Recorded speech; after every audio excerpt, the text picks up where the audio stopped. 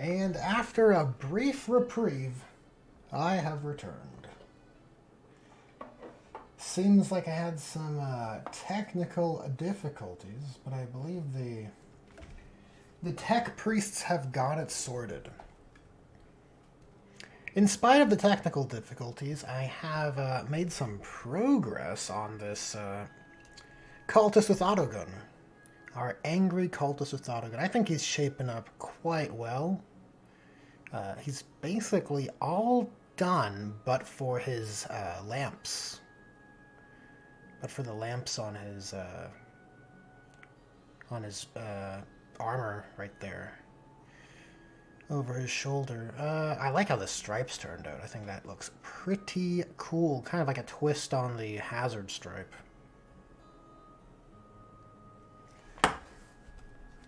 Not as hazardous, but certainly a bit spooky, I'd say. Pollux Francois, welcome. Thanks for tuning in. Bit of a later start than usual for these streams, but I was having a quick game of Kill Team, if I'm being honest with you, just feeling out some of the rules a bit more. And then by the time I got started on dinner, it was yeah, a little past the usual start time.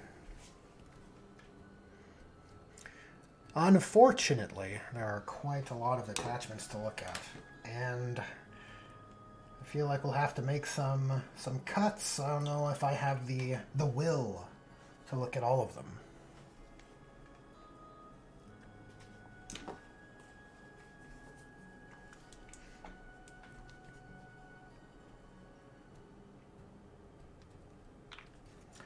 I did take a gander at the Slaanesh one because I do have an interest in the forces of Slaanesh.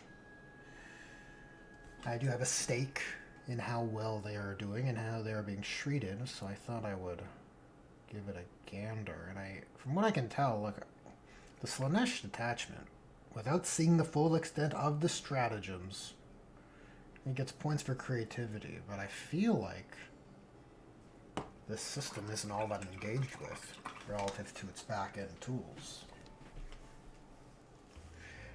Icarus, how's it going?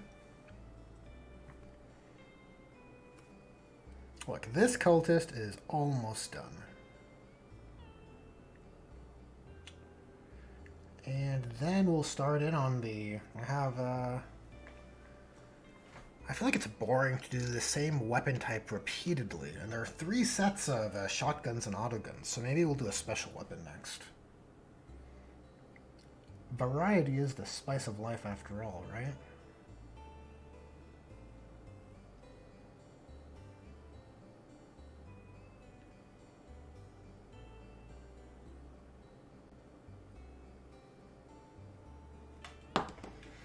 Could do a Weber, a grenade launcher, or a flamer. Pyro, how's it going? How's it going? Oh, we do both nodules with the blue light effects. So we shall make it so.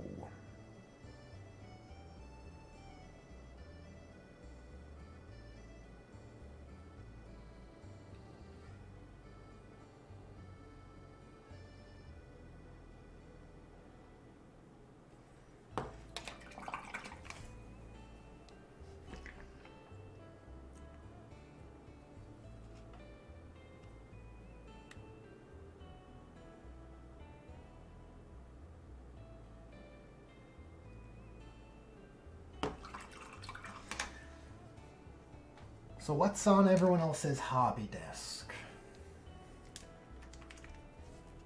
Same old, or you got some new projects in the works?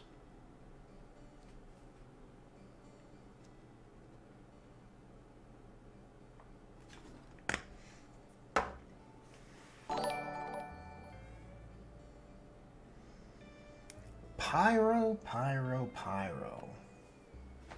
for $2. First $2 super chat. Thank you, Pyro. That's very much appreciated. Says, nah, do an Alpha Legionnaire instead. I do have an adjacent Alpha Legionnaire I will have to paint at some point.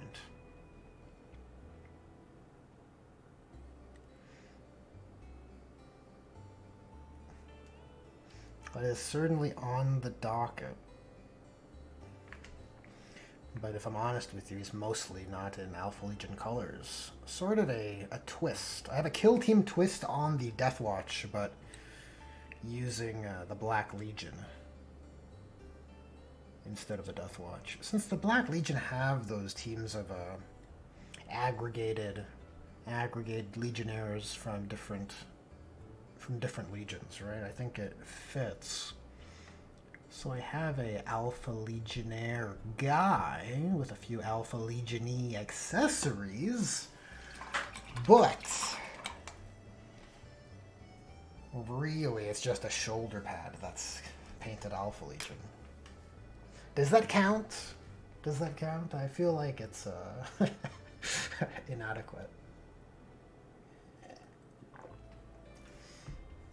Pollock says, I approve of that. Francois Eldar here. Do an Alpha Legion Crimson Fist. What does that even mean, Francois? An Alpha Legion Crimson Fist. How is that possible?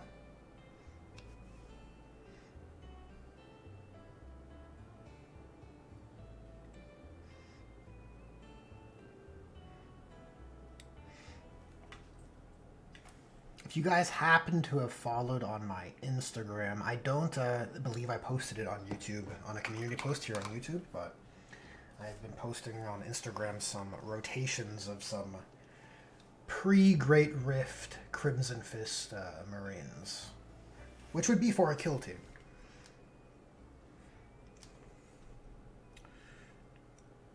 That would be the capacity I'm thinking of. Hey, Misfit, how's it going? Good to see you. I want to push these bright values a little bit more with some, we're going to mix a bit more white into our blue. This is the Easy Eye Lens video, the same technique used in the Easy Eye Lenses video. Basically. I'm going to hit it with some contrast and then apply a bit more bright blue, and then that should be all this guy needs.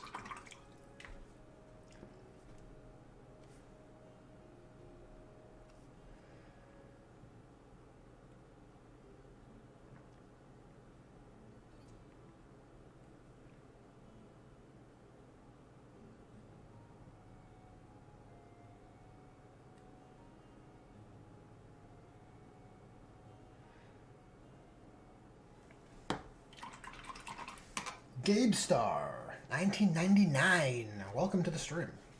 Man, I'm just getting back into the hobby after 10 years. Can't decide between Harlequins / Dark Eldar, Orcs, or Slaanesh Demons. In my heart of hearts, Gabe Star, I want to say, go with what you like best. Which faction appeals to you the most? But as someone who has made a Slaanesh Demons army for the intention of 40k, it's not the most well served when it comes to the rules. The pedigree isn't great, I'll say that. Though this new detachment that just came out seems to give you something for the present period we find ourselves in.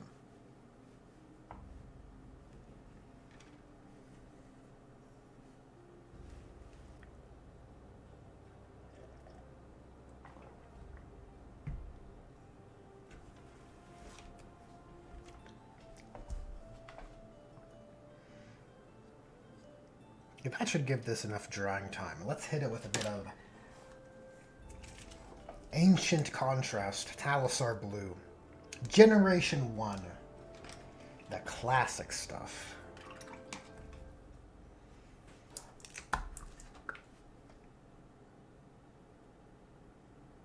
It's a good, vibrant, high saturation contrast, that's for sure. It is potent stuff. Use with caution.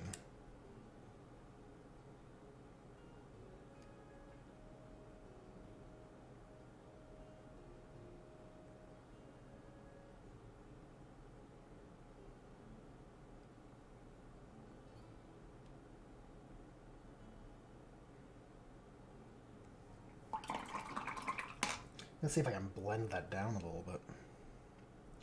If we can spread the contrast, so we just create a bit of a gradation with it if possible, that would be, I think, ideal.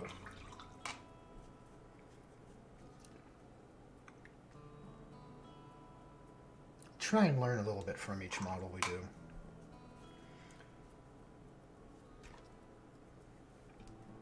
Okay, so now that the contrast is applied, quickly I'm going to go back in with a fairly bright blue-white mix and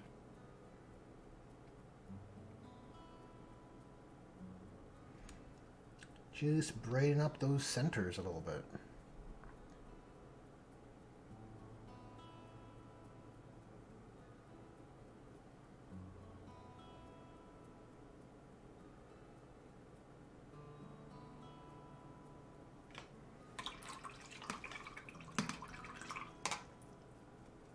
Okay, I think that makes basically three goobers, three cultist goobers, all brothers surely.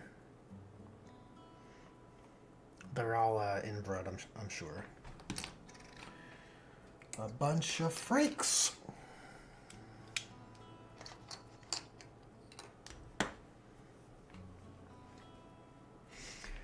Gabe Star says, I always wanted some Slaanesh chariots, but they're always out of stock. There's so many variants of the chariot. It might be just two kits that make a couple different options between them, though. That might be why they're a hot commodity.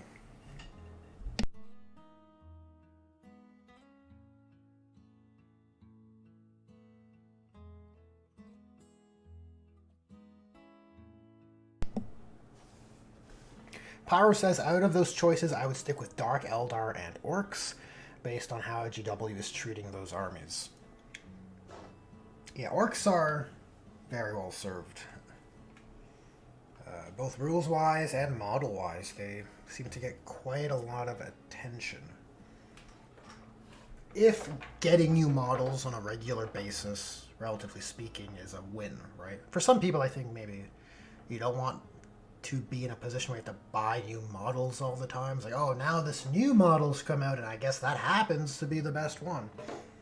It gets a little obnoxious. I think that's something Space Marine players probably have felt over the past few editions.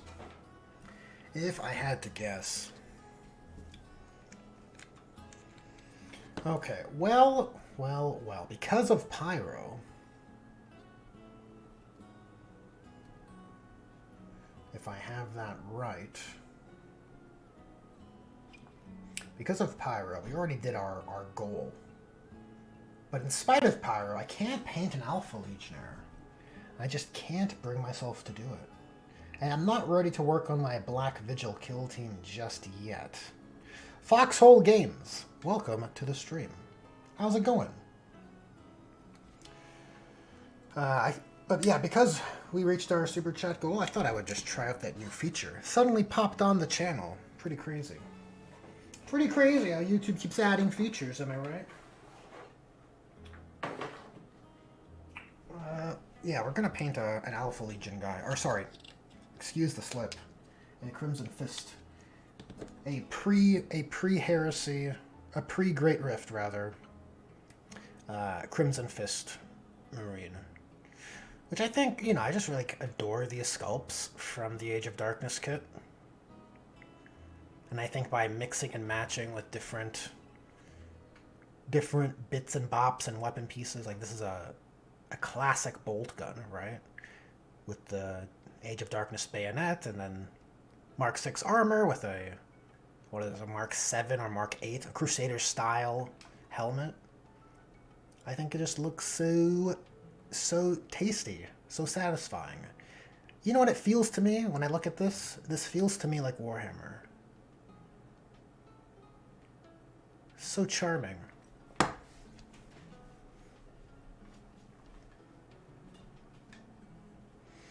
Pyro says, oh, at what the 40k you missed it.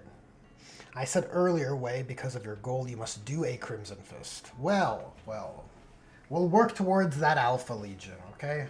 Okay, Pyro, we'll work towards it. We're going to start with some primer, obviously. Let's start with the primer, and for the recipe, I'm thinking of starting with something a little weird for the armor color. I want to try AK's Dark Prussian Blue.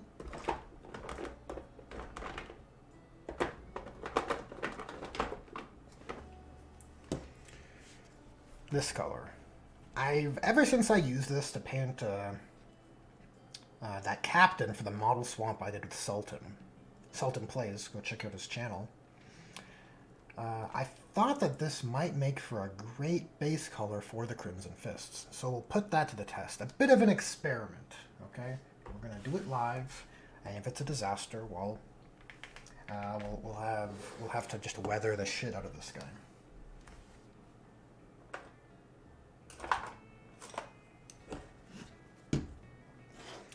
But to start, we're gonna get some primer. Get some primer on the palette, and we're gonna brush on some primer haphazardly. And of course, you gotta put down your splatter pad, right?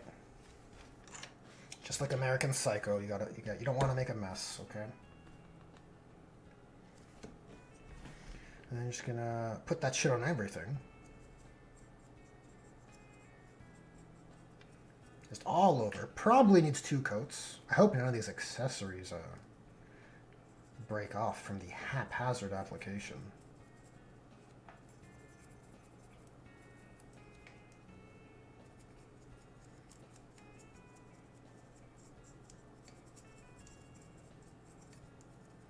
Yeah, I wanted to ensure each of the members of this kill team had a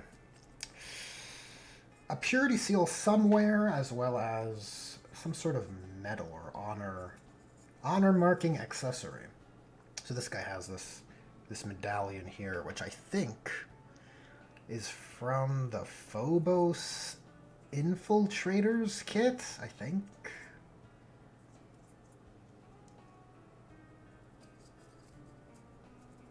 Could be from that kit.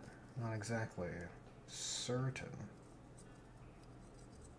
I also changed the magazine on this old style bolt gun. I kind of like the non-curved magazine look.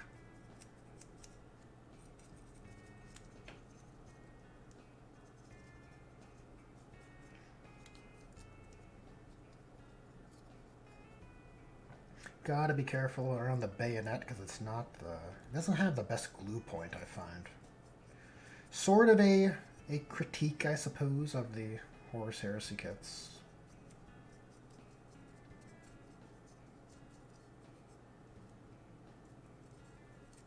So this is going to be a weird thumbnail for this stream, eh? We're going to have a Genestealer cult on the left side, and then on an arrow pointing to a Crimson Fist on the right side. A bit of a mix-up, I suppose.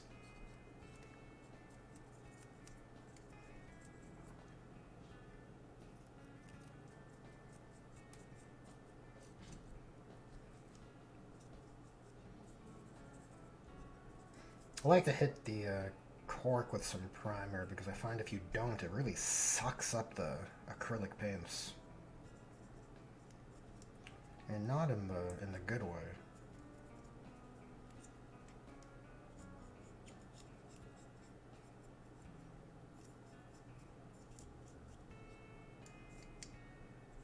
Okay, we'll give that a minute or so to settle. Let me catch up with chat here. Flight of Icarus says, these heresy kits kind of make me wish Primaris never happened, and we just got true scale Marines in the size of heresy Marines, leaving the Chaos Space Marines bigger. 1000% Icarus. See guys, Icarus just gets it. Firstborn should not be... Sorry. Loyalists, Primaris, like, it should not be bigger than the Chaos Space Marines. These Marines scale so well to their heresy, to their fallen angel brethren counterparts. Unfortunately, I don't have any on hand. You'll have to trust me, though.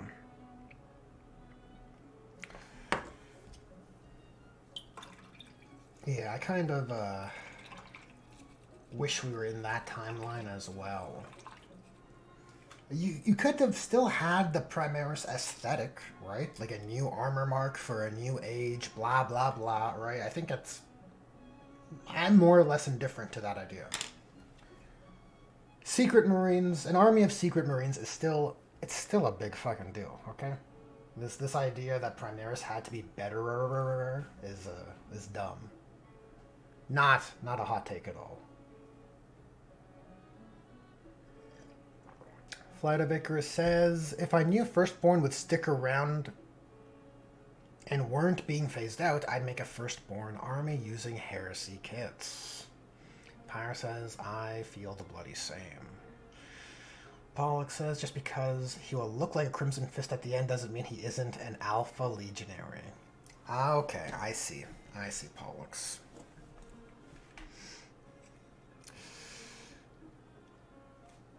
The Alpha Legion memes are just too strong.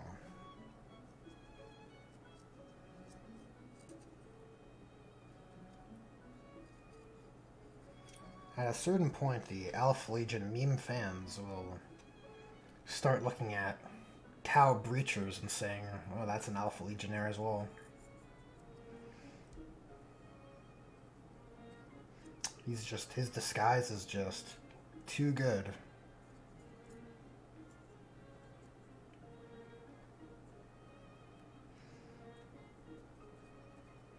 The Alpha Legion have that potion from Harry Potter that just totally changed their biology.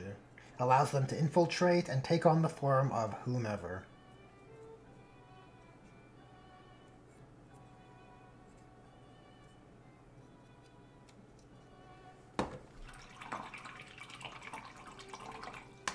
Pollock says Gene Stealer Cultist mutated so hard he became a Space Marine.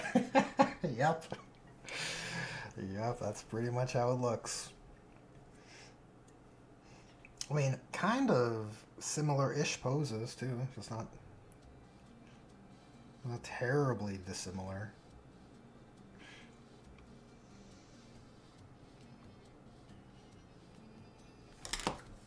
Let's get some water for the wet palate.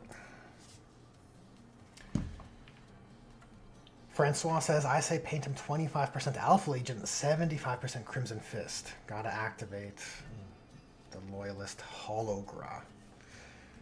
You could, I don't know. I know that's super popular, but something about that concept kind of rubs me the wrong way. It's one of these feelings I get where I can't really put into words. I need to sit down and think about why I feel the way I do. Often when I have those sorts of feelings, there is an underlying point or principle that's informing it, but I need to figure out what the inkling is. Like, why I don't like it so much. I thought it was really novel when I first saw those holographic, faction-changing loyalist schemes, but I don't know.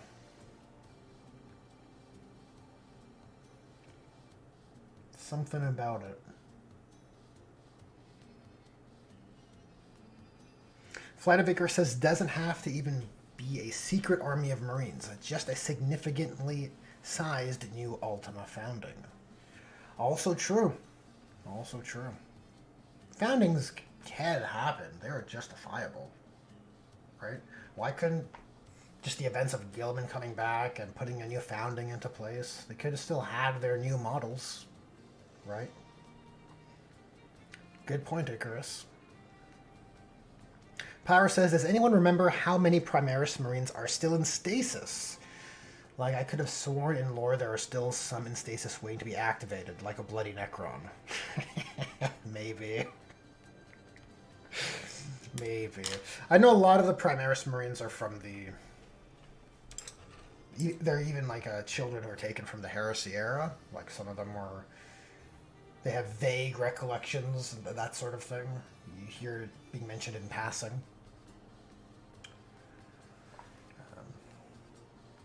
Yeah, it seems Belisarius Cawl was planning it all along.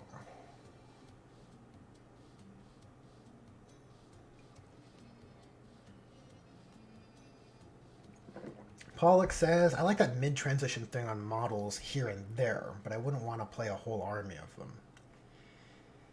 Yeah, I think it's a really cool centerpiece or like a diorama, kind of, you know.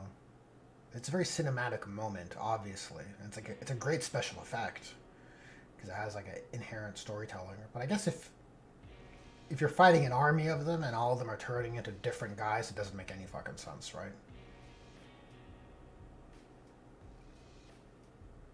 So if all of your Alpha Legion are turning into the same, or turning back, or turning from, I don't even know which way they're trying to tell the narrative there, but let's say if they were all mid-hollow shift with Blood Angels, because it looks really good, with those two colors clashing, then I guess it's a bit more uniform. You could spin it as if you're fighting Blood Angels, then it's a fun surprise attack from within. And if you're fighting anyone else, it's just, oh, you thought we were this. But really, we were Alpha Legion, right? I think you spin it that way.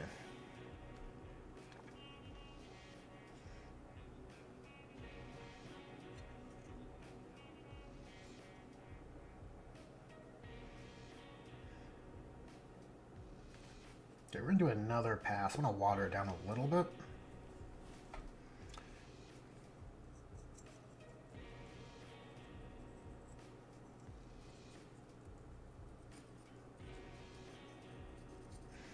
Yeah, I tried to add some modeled in weathering to these guys. I thought, the Crimson Fist as survivors and their older mark of armor would benefit from some chips and scrapes and some sanding and filing and, abrasion. General wear and tear was the idea. So we'll see how that results when it comes to painting. Because look, guys, I don't know if you know this about me, but I'm not the most familiar with weathering my models, so they look all grim and battle hardened. I usually just end up painting them like they're fresh from the parade grounds or something. So I guess that'll be the painting challenge for this project, right? Can we make them look a bit more lived in, a bit more battle worn?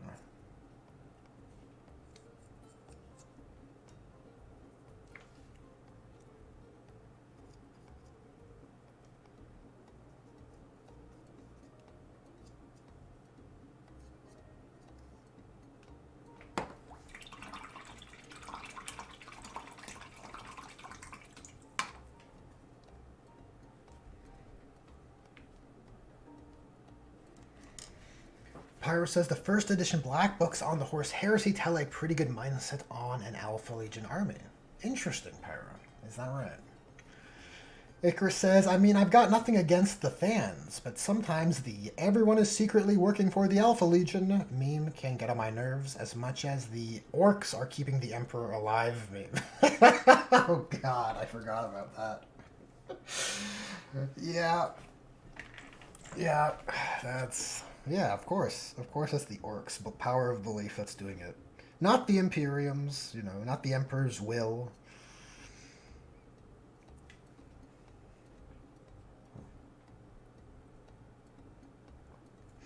That's rich.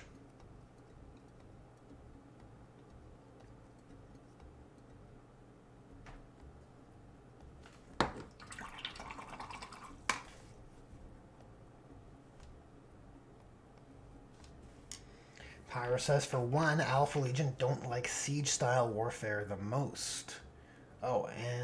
It's just memes. It's like Dragon Ball. The online fans don't even watch the show or read the manga. Yeah, the meme culture. Does it do more harm than good? That's actually a great question. I should throw that Outer Circle and Northern Exile on our next group chat. Maybe I'll save it for the next one I host. That's an excellent question. I gotta bank that. I hope I don't forget. Does the meme culture do more harm than good? Killer topic.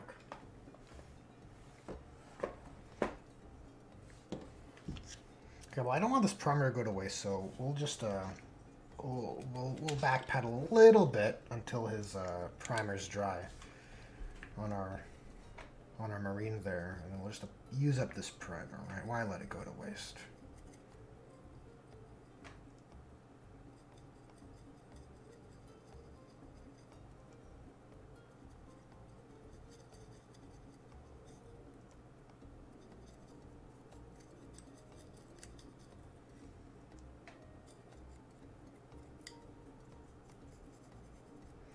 Oh, look at this. This guy's got a round Pokeball grenade. Looking forward to that.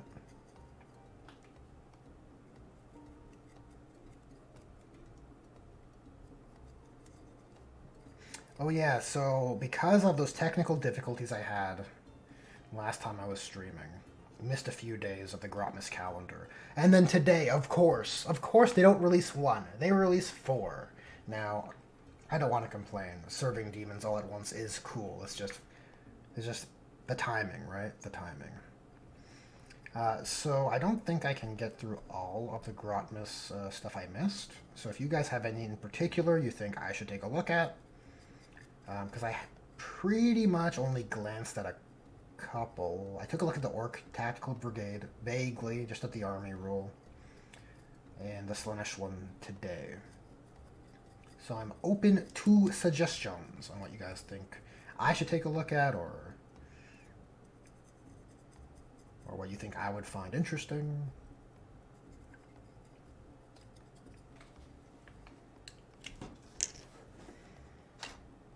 Who's next? We have more auto gun guys. I have a shotgun guy too. Jeez. Okay. How quickly can we just? Too bad you can't dip guys in primer and then get it done. I like just a quick dunk.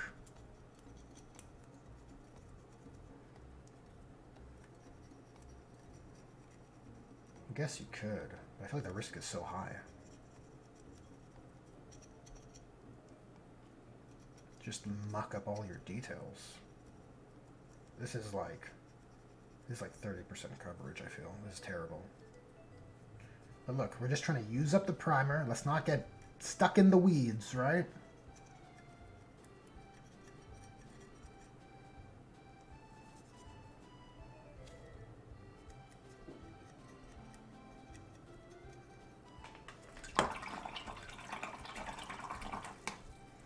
Pyro asks, what brush-on primer do I use? I use Surface Primer by Vallejo. Nothing too fancy. An airbrush primer used with a traditional brush. I am just such a rebel. Live by my own rules that way.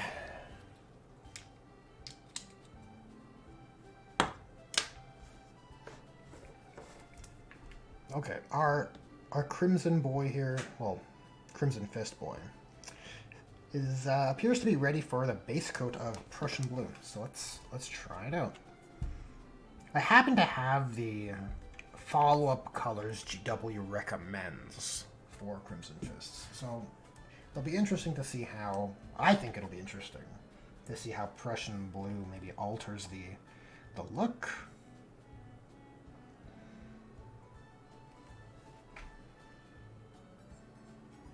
Oh, and of course, guys, of course, I should mention, the plan for this Crimson Fist kill team is to have them all be veterans. Right? Of course, they're survivors. So we're going to do the two red fists on all of them. You know, these guys are a big deal. Real big deal.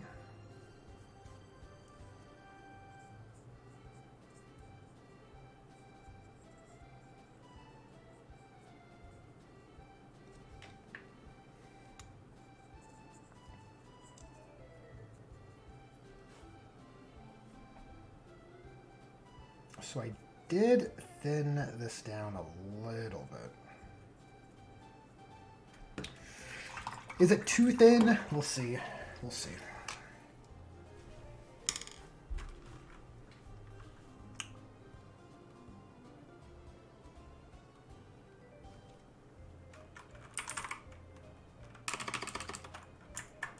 Should probably pull up a reference for the Crimson Fists.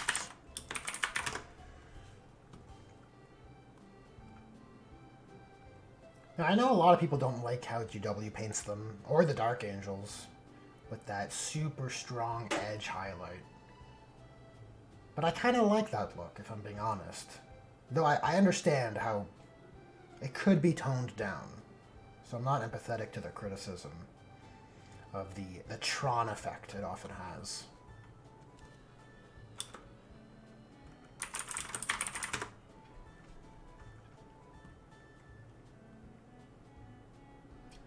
It could be toned down, certainly.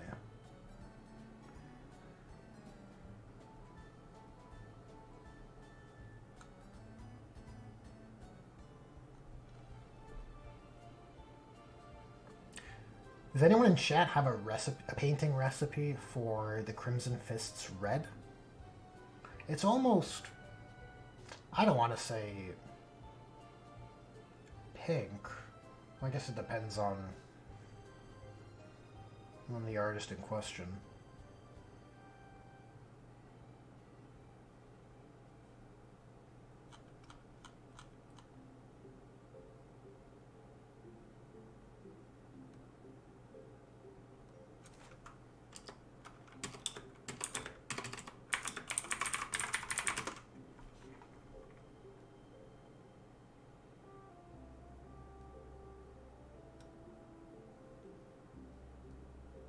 This is crazy.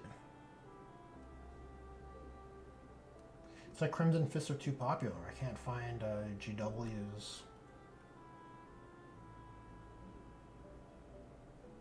official reference. I think I saved it though.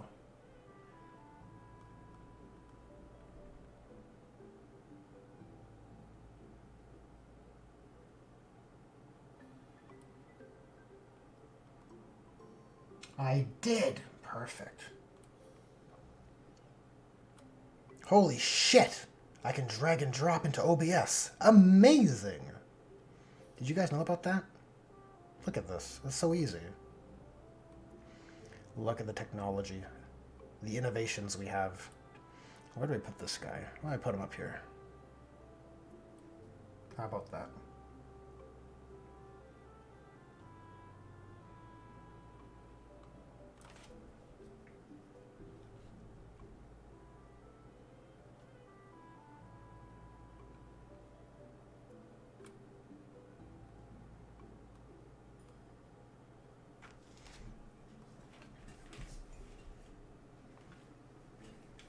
Pyro asks, is single red fist only for noobs?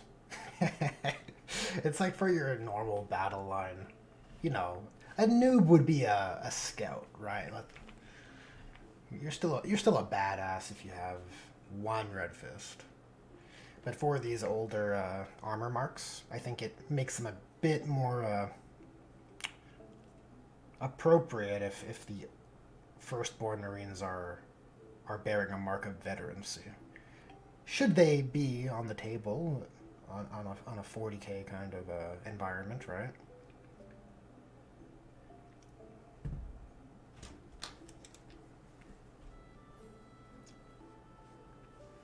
Yeah, there's some sort of warm undertone to this Prussian blue that is very fascinating to me. Though I do think it gets lost once we start painting over.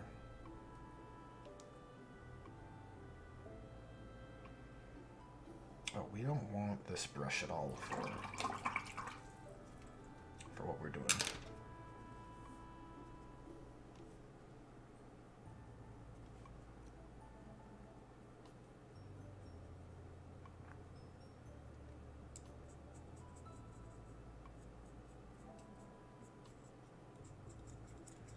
Here's a question for marine painters. Do you guys generally paint your belts as if they are leather, like a complementary color to your scheme, or do you paint them armor color?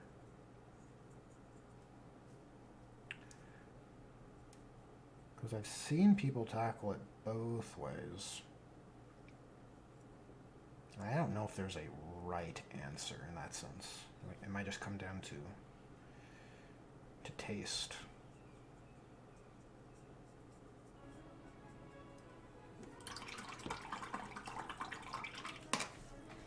Icarus says, I feel like a deep dark red would be good to go with their dark blue, like corn red or something. Yeah, I think corn red has the right. Well, this is. I think it has the right sort of. It's fairly cool, right? It's not leaning towards orange. I think it leans more towards a purple, which I think looks better. I mean, I could go with just the old reliable corn red, pure red. We'll see. We'll see how it's feeling.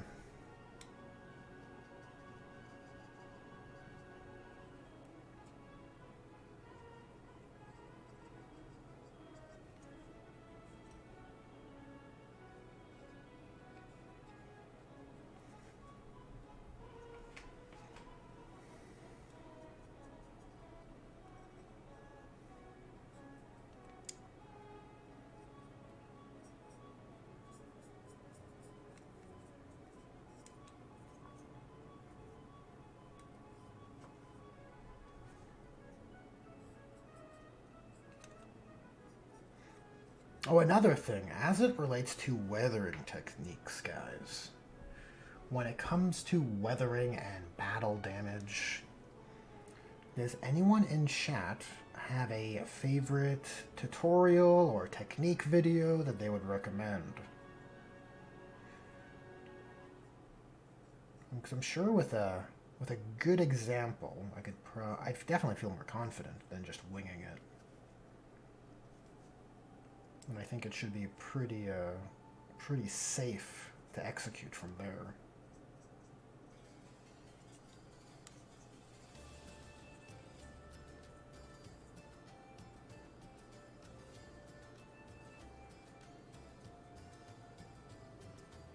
Man, we're really giving this brush a battering. When we started the Orc arc, it was kind of like decent. It had a little bit of volume in its body, but now it's just a straight taper. That's when you know. That's when you know you got to get a new brush, when its body starts to go.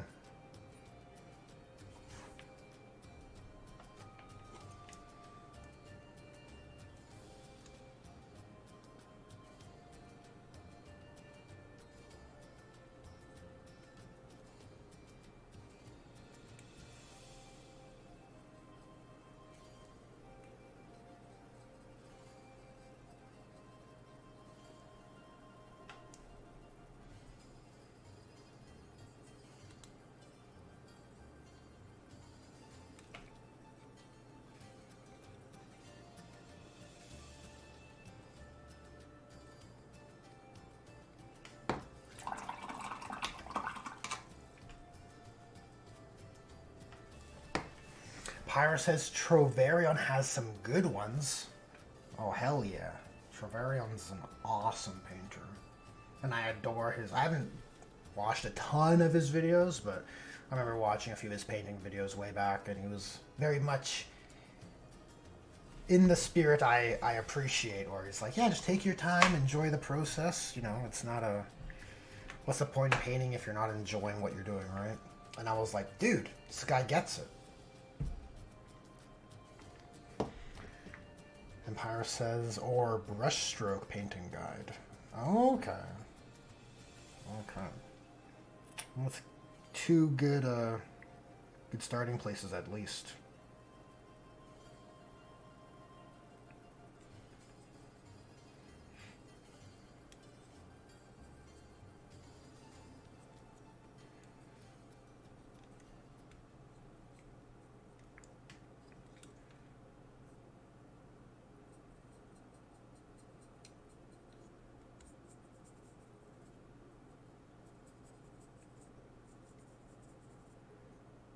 It's such a interesting color, man. It's like a purple iridescent undertone. Crazy to me. It looks worse on camera, I swear.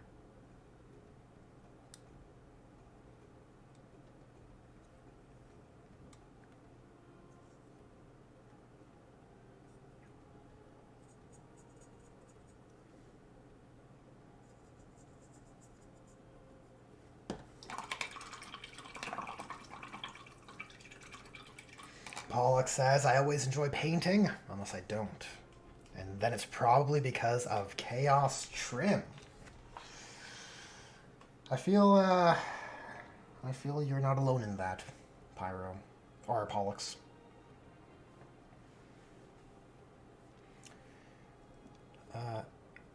Pyro says, if I have the videos ready to share, where do I send it?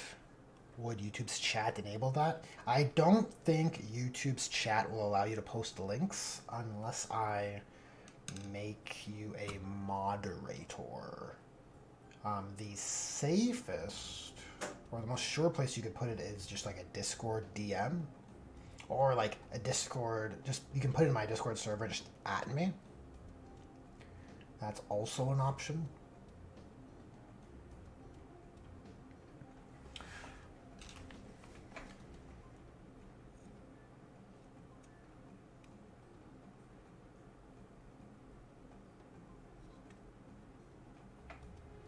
Okay, so I'm going to attempt to layer up the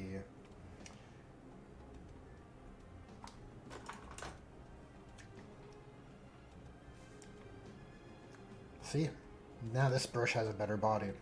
We're gonna go with this. We're gonna try and layer up our Alaytok blue into that dark Prussian and see where that lands us, really. Actually, how long are we in here for? Okay, you know what? We're at the 50-minute mark. Let's take a break. I'll take a quick break. Look at some, maybe the Slanesh detachment, because I do have a somewhat vested interest in Slanesh's rules and how fair of a shake they get.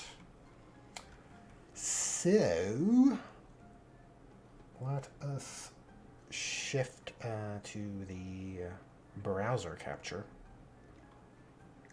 Browser. Here we go. Oh, we can hide our Crimson Fist reference. Okay, so Slanesh is Legion of Excess. And we got, okay, Legion of Excess. I know the themes of Slanesh. We don't have to inundate ourselves with that. The detachment rule is Beguiling Aura. Okay, so Slanesh units from your army are eligible to declare a charge in a turn in which they fell back, which is a good measure of like flexibility to universally have on your army, right? It'll always make sure you're able to act. I mean, you're not much of a shooting army, right? If you're Slanesh demons, you got some whips. You got maybe some psychic powers on a few units, some harps, but more or less your main focus is dealing damage through melee. So having built-in fallback and charge is mondo helpful, especially if you're fighting another melee army. And then Seductive Gambit. This is what I thought was pretty creative and interesting, right? So Slanesh demon units from your army have the following ability, Seductive Gambit. Each time this unit ends a charge move, you can declare it will perform a seductive gambit. If you do until the end of the turn, this unit does not have fights first. But instead, each time a model in this unit makes an attack, you can reroll the hit roll and you can reroll the wound roll. So it's like a really spicy force multiplier, but you need to give up fighting first, which is like, ugh. Like, how often in 40k melee combats does it come down to, oh, these two units are fighting? Well, I guess whoever charges first wins, right? You know, barring terrible dice rolls and things like that. You use defensive strats to kind of shift the probability a little bit to blunten the blow so you can weather the damage, right? So giving up fights first is real. It's interesting to me, and the payoff is very good, right? Like you can charge non-combat enemies and engage in this and just roll them, like if you're going to charge some vehicles, and ordinarily that kind of is a problem I found for pure Slanesh because you just don't have a good strength breakpoint on many units to kill armor. But if you have full wound rerolls and full hit rolls, like that's gonna really shore up that weakness against those, you know, monsters, high toughness monsters and vehicles. I'd wager against anything that could threaten you. You probably don't want to give up the fight first.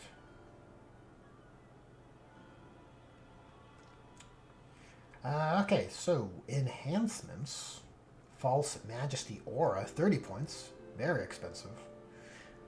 Slanesh model only. While a friendly Slanesh unit is within 6 inches of the bearer, each time a model in that unit makes an attack, add 1 to the wound roll. Amazing.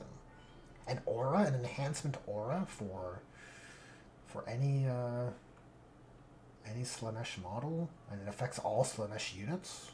Well, demons of Slanesh, I should say. Yeah, +1 to wound is gangbusters. That's awesome. Next enhancement is Dreaming Crown. Again, an aura, and again, 30 points. For a Slanesh model, and while a friendly Slanesh unit, excluding monsters this time, is within 6 inches of the bearer, each time a model in that unit makes a melee attack, add 1 to hit roll. Okay. I feel like we're... Oh, they're both excluding monsters. Fair point. Fair. So they're... Is +1 to hit as good as +1 to wound? I feel like +1 to wound is much more valuable. It's a 2-factor test, not a 1-factor test.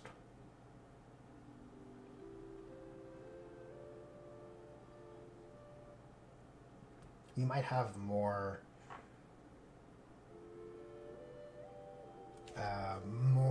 effects that proc off of hits, critical hits, but you know what? The add 1 to hit roll wouldn't trigger that. It would have to be a reroll if you want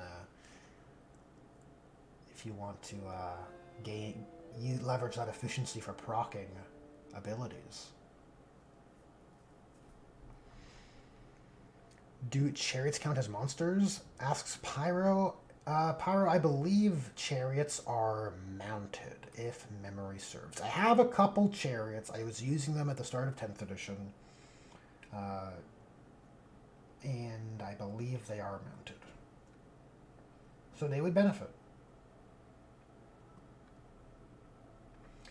Avatar of Perfection for 15 points.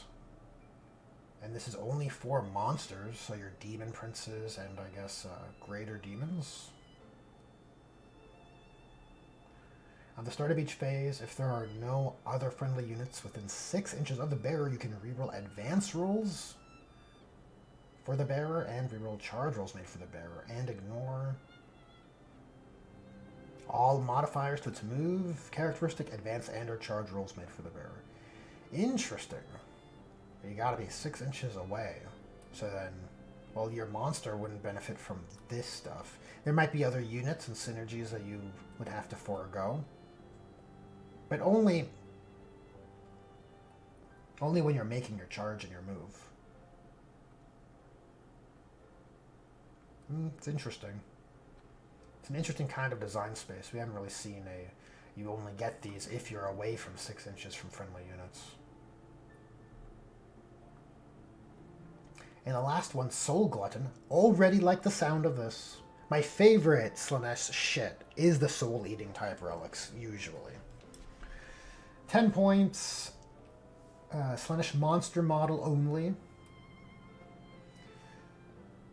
At the end of the fight phase, if one or more enemy models were destroyed this phase as a result of one or more of the bearer's attacks, it can use this enhancement. If it does, it regains up to D3. So it's nice. You get to have some of your soul-eating action that currently I think is in the index detachment. So I'm happy to see they weren't afraid to do a bit of overlapping here to keep some of that Slaanesh flavor.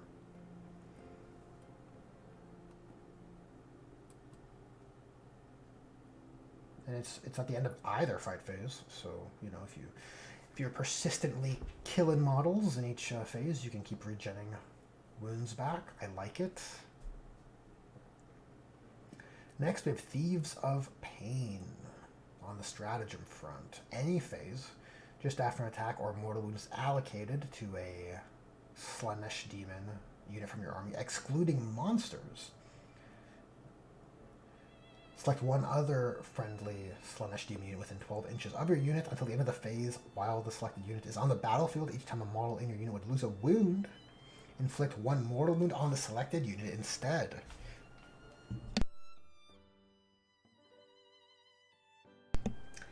That is interesting. 12-inch kind of bodyguard mechanic to defer wounds to a nearby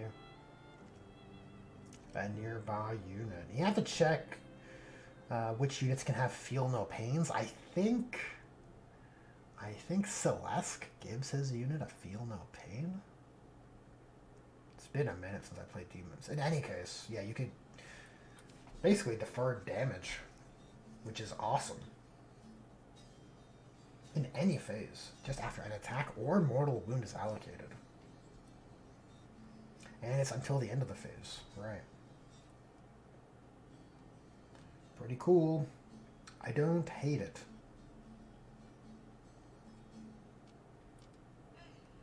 But you can't have you can't use your...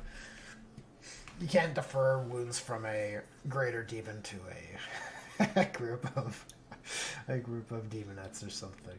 It's excluding monsters.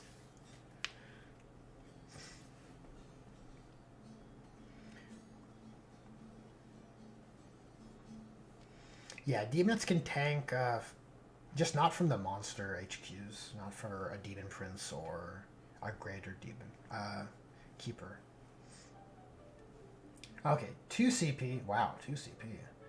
Arch agonists. Interesting word. Fight phase stratagem, of course. Used when a Slaanesh monster unit or 2 Slaanesh units from your army that have not been selected to fight this phase. Until the end of the phase, each time a model in those units makes an attack, add 1 to the wound roll. Wow, wait. So greater demon, +1 to wound on your Keeper of Secrets. That should help it mop up vehicles much easier. Same with... And you'll also have another +1 to wound aura over here. Much harder to wield, though. You have to keep someone babysitting whatever you're trying to buff, right? With that aura. But look, it seems like, you know, GW is accounting for the relatively low strength Slaanesh is characterized by. So I like what I'm seeing here. 2 CP is expensive, but a greater demon, a Keeper of Secrets fighting a vehicle, an average vehicle with +1 to wound, should probably kill it, I would hope, if you have +1 to wound. Or use it, you know, spending 2 CP to buff up 2 different units. That's also interesting, right? There's some flexibility here. We have sensory excruciation in your command phase. You choose one Slaanesh monster unit on the battlefield. And then each unit on the battlefield that is within your army's Shadow of Chaos must take a Battle Shock test, subtracting 1 from the test if they are below half strength. So you have to take a hard mode Battle Shock test, and it's designed here to feed the Demonic Terror rule, to recoup some models. But it's a risky endeavor, because you just fail and Battle Shock yourself.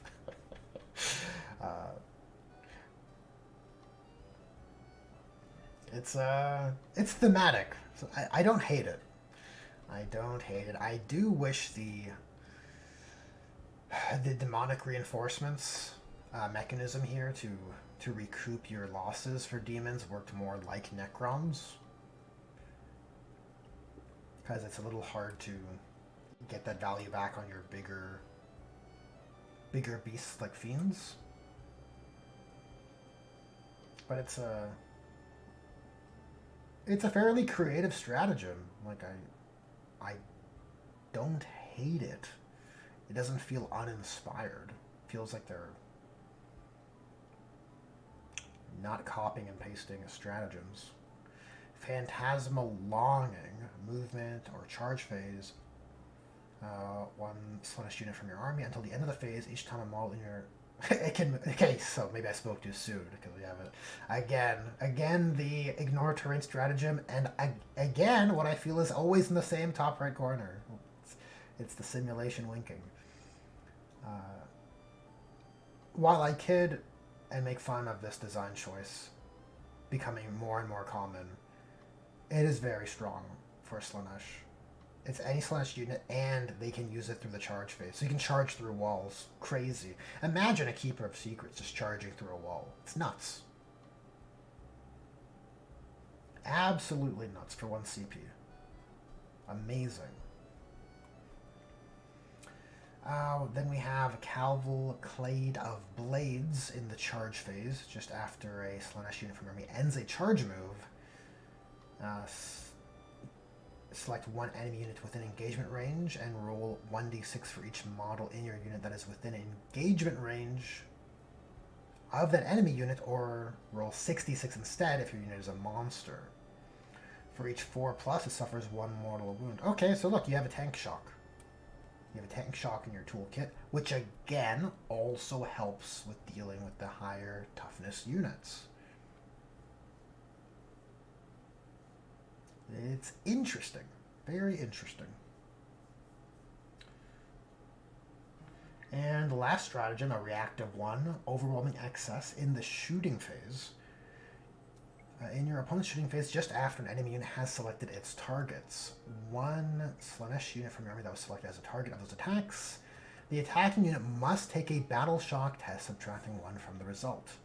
If that test is passed until the end of the phase, each time a model in the attacking unit makes an attack that targets your unit, subtract 1 from the hit roll. Oh, it's Disco Lord.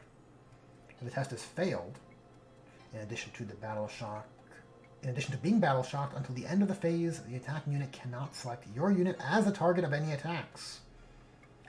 It is the Disco Lord. That unit can then select a new target instead.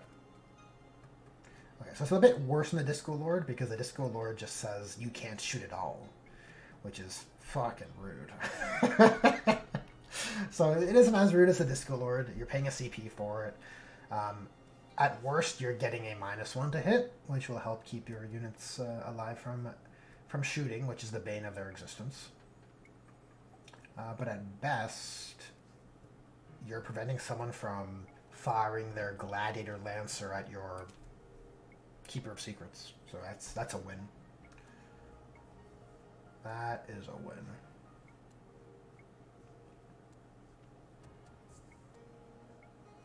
And there's no range limit either. Well, that's pretty awesome as far as a shooting defensive stratagem goes. Pyro says, at what the 40k, isn't it a better tank shock because of your infantry being able to tank shock a heavy vehicle? Valid point there, Pyro. Valid point. It's not just monsters. So you could slam chariots through. I can't remember what the chariot's ability is. They might have They might have a bit of tank shock built in, maybe. So then you could double dip. Kind of like how the Brutalis Dreadnought double dips with tank shock. But you're right, you could use your Demonettes and tank shock enemy vehicles, right? Help chip them down a little bit.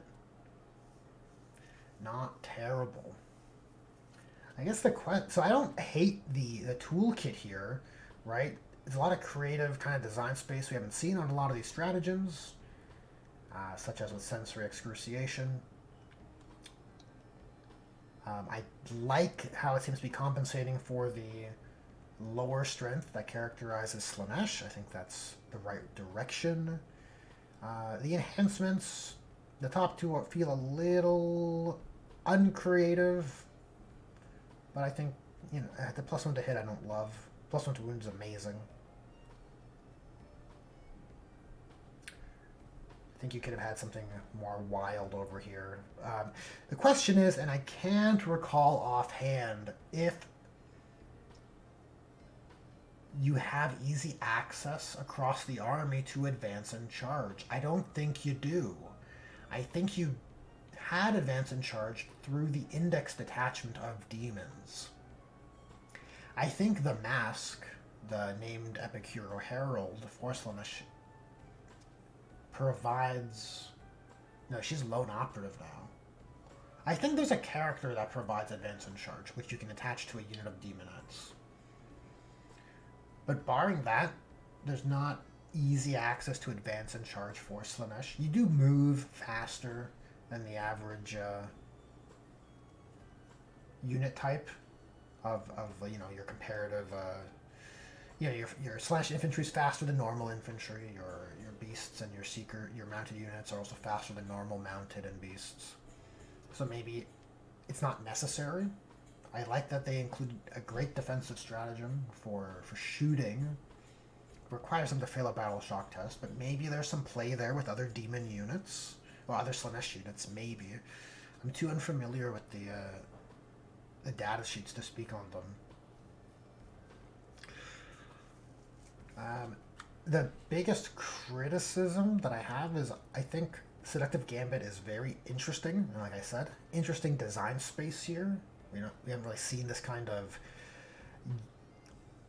gimp yourself in one way to get a very powerful perk, right? Take a weakness voluntarily to gain a different kind of utility. But it seems like there's I think there is zero interaction with any of the back-end tools with this system. And that's always, for me anyways, a bit less interesting when there's no interactivity with the core mechanic of the detachment. So I kind of wish we would have, you know, enhancements and stratagems that said if that unit did the Seductive Gambit, then this happens, right? I think that would make these mechanics a bit more layered. It would only be for, I guess, for fight phase stratagems, given that that's only where it would work. So you have to kind of... It just would have been nice. So it couldn't be as widespread as I initially thought you could. But, you know, on your fight phase stratagems, right? You could have had a interaction here with the units that made Seductive Gambits. Maybe the any phase stratagem too. Right? Because then you can imagine, like, oh, I'm going in for a charge. I'll do a Seductive Gambit. I'm not going to swing first, but now maybe Thieves of Pain has more utility, and I've set up for that, right? I think that's kind of interesting. That's really the only stratagem you could probably do it with, though. Looking at all of it now. Look, I don't hate it. I think I could, if the mood were to strike, I think I would give this a whirl.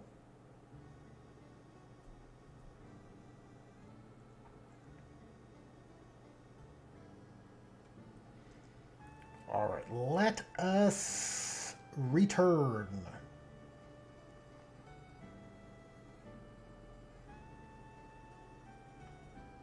I'll go back to my intercessor reference.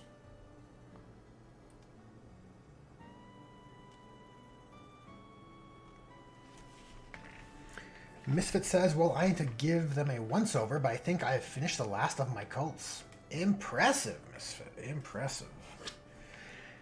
This, oh my god, Butterfingers. This Crimson Fist Brethren is... Well, that dark Prussian blue is dry. But you see what I'm saying? Look at this purple, like, iridescent undertone. It's so alluring to me. And so naturally, we'll have to paint over it.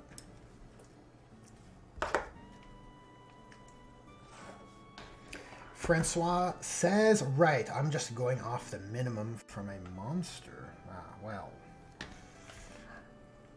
That must be in reference to something else.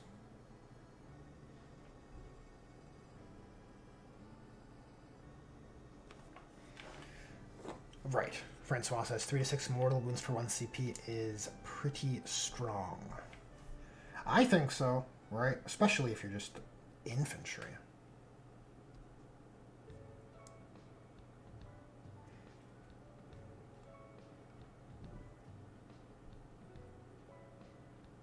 Okay, so I'm mixing a Latok blue in here, but I already feel like we're starting at a too potent level.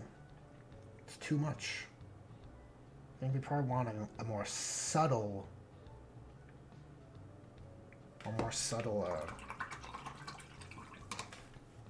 blend. Get some more Prussian blue. We're gonna add that to the array.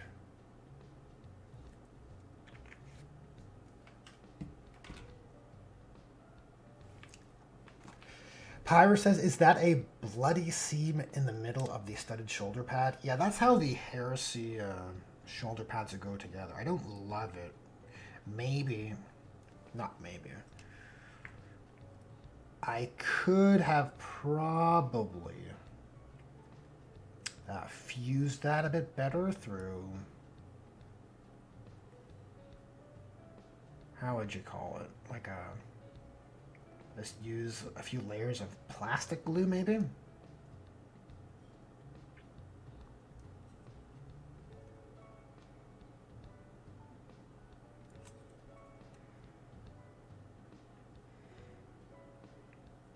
But yeah, the Heresy shoulder pads, or the Age of Darkness studded shoulder pads are in 2 halves. I guess because you get better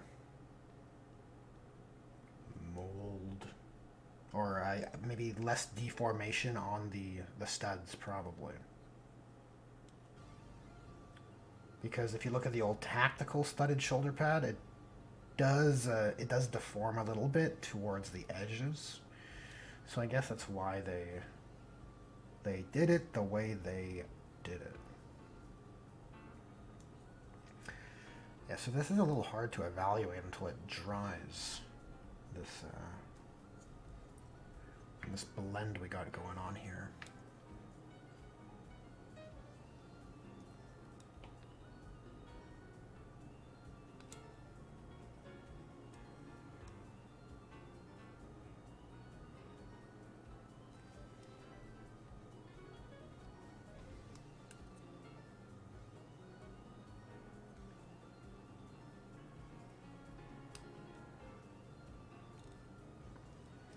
Sure, once you're used to painting with this array, it'll probably be a bit easier to predict.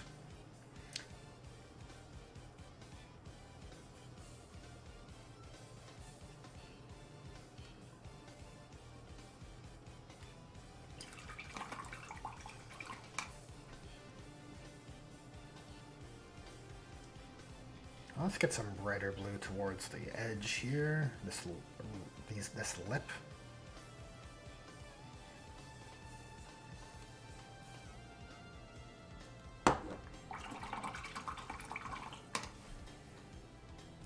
Pyro asks, how would one do battle damage on a Tyranid model? I think it looks super cool when Tyranids are missing They're like one eye, like an old one eye kind of approach. I think it makes them look super sinister. Like, how can you kill something that's already had its like its eye blown out, right? Which I guess is the whole premise behind Old One Eye, right? The very fast, rapid regeneration. It just keeps him alive regardless. I think you do battle damage the same way. You take out chips and chunks, right? Bits of carapace blown off. You could have some green stuff, or I guess you could use anything to represent the gooey innards, right? Below the carapace.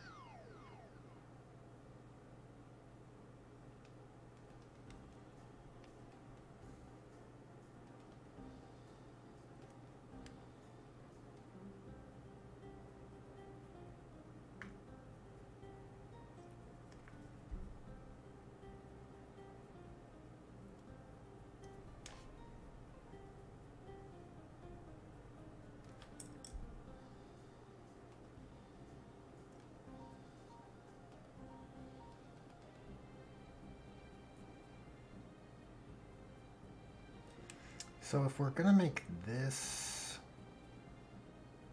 section down here Prussian blue, I think it makes sense to brighten up the bottom, purely from an aesthetics point of view. Or it's not exactly realistic, but I think you want to have these contrasting panels for readability, right? You want to contrast them where they layer, so it's just at a glance that the geometry is instantly readable.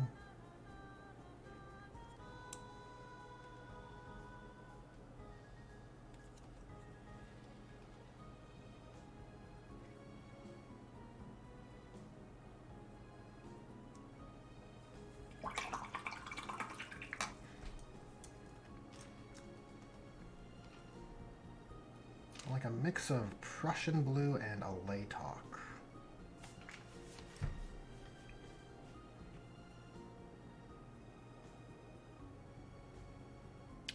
Don't know if I love it. Relative to the reference, it's a bit too bright overall.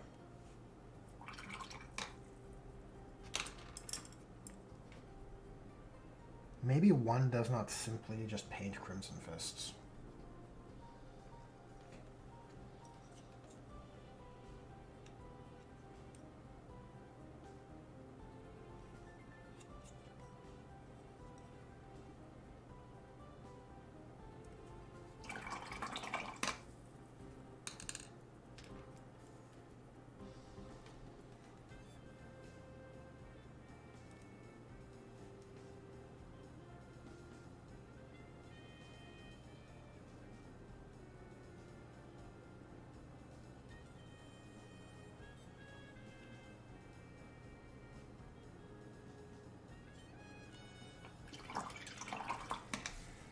Misfit says, with my Genestealer Cult Patriarch, I scarred up one eye with knife slashes, in addition to his cybernetics.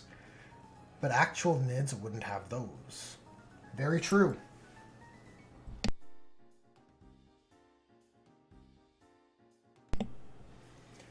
Yeah, I think you take chunks and chips out of the carapace or like tough skin areas, probably.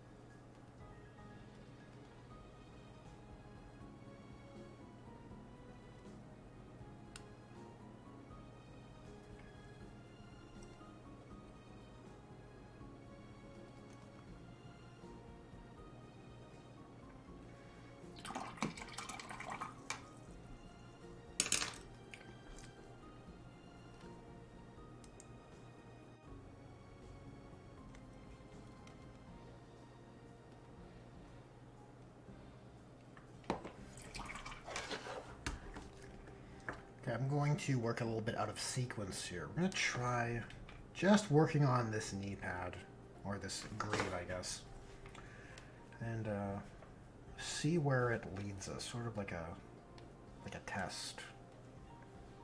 See where we end up. Right, maybe you just need to get all the colors in place, see how it all works together on one component first before judging the method.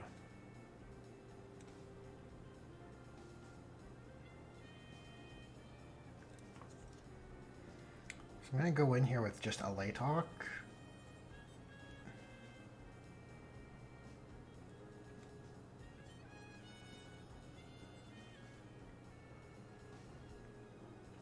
Let's try and highlight our details a little bit, and then I can do another pass with, I think it's Hoeth Blue I have.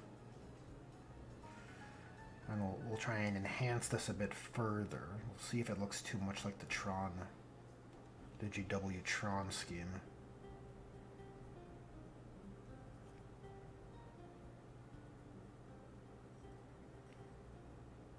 Ideally, I'd like a toned down, a similar effect but toned down.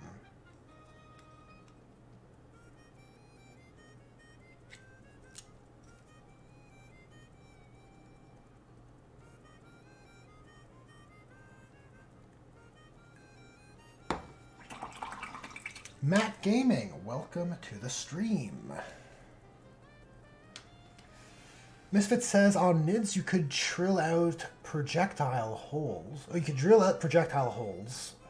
then use sprue goo or putty to give them a puckered look, like the holes have healed, but leaving a puckered scar. Interesting idea, actually. That could look pretty cool. Be great if that's like your Hive Fleet's thing, you know, like a rapid regeneration, a hypermetabolism.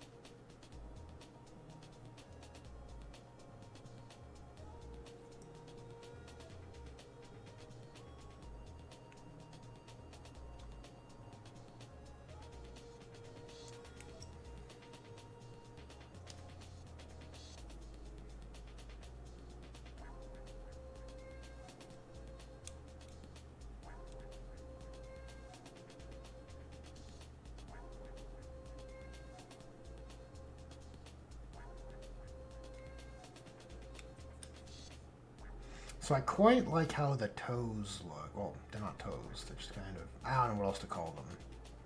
Those ridged sections of his feet. I think that's sort of the variance I'm looking for. It's kind of easy to, because the surface area is so small on those segments, it's easy to kind of leave Prussian blue in towards the edges. I don't think you can use that same effect so easily on the larger greave.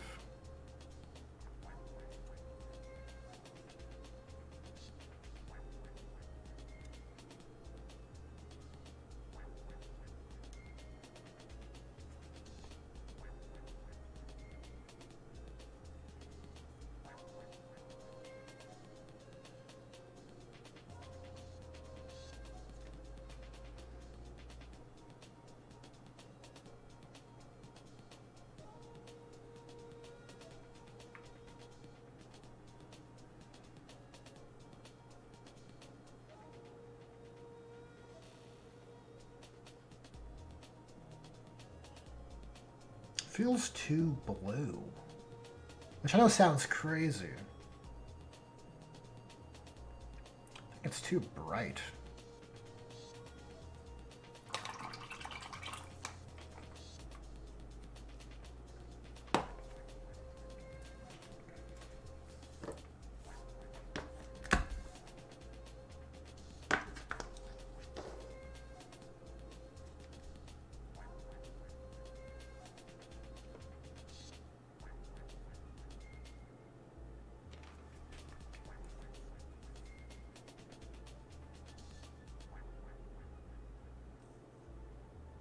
This is certainly making things brighter.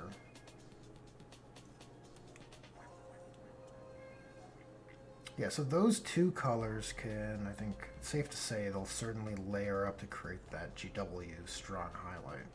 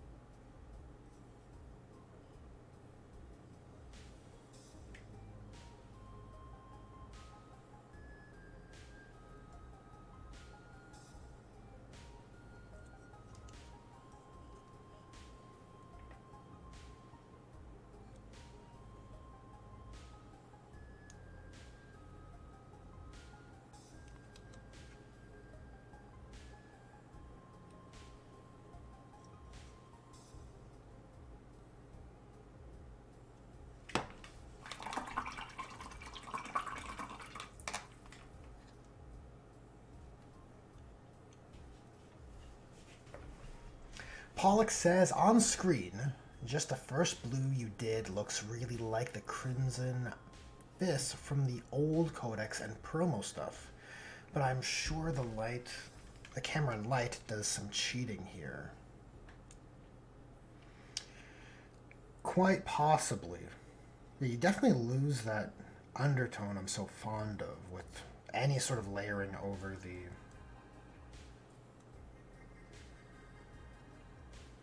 dark Prussian blue. Maybe we can adapt the method a little bit. Maybe I'm just trying to paint these like I'm used to painting the Firekeepers.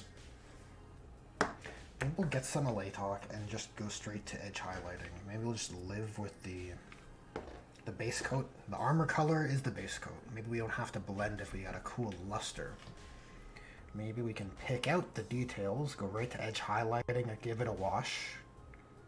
And go from there, maybe? Maybe? I don't know. I have to... We gotta feel it out, guys. We gotta feel it out. Find the way.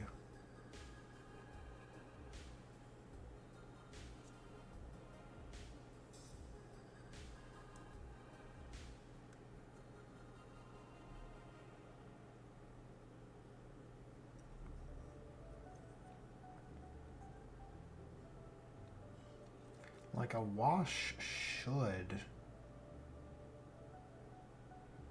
Well, I mean, it shouldn't wash out that luster. Not completely, anyways. I think it'll be preserved, probably.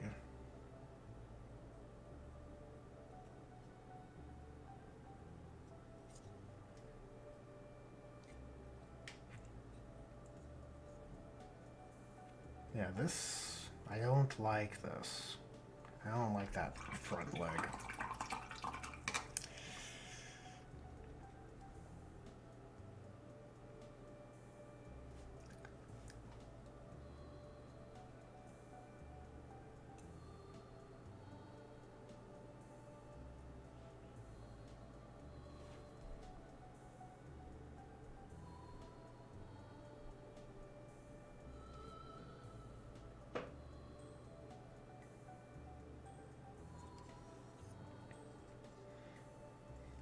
Oh, I didn't get to mention it on the last stream because I was cut off rudely by the gods of the warp. But I thought the Orcs detachment was rather neat. You see, the Blood Axes, a much beloved Orc clan, didn't really have a detachment in the Codex. Similar, some may say, to the Word Bearers in the Chaos Space Marines Codex.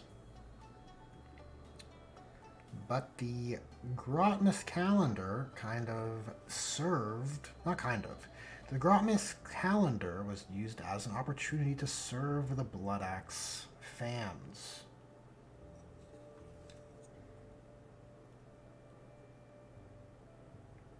Which I think is genuinely awesome. Right?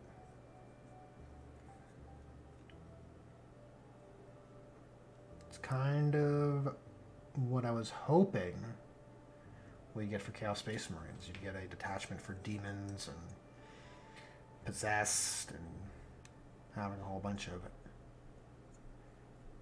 those mechanics that are missed from the previous Word Bearers rules, but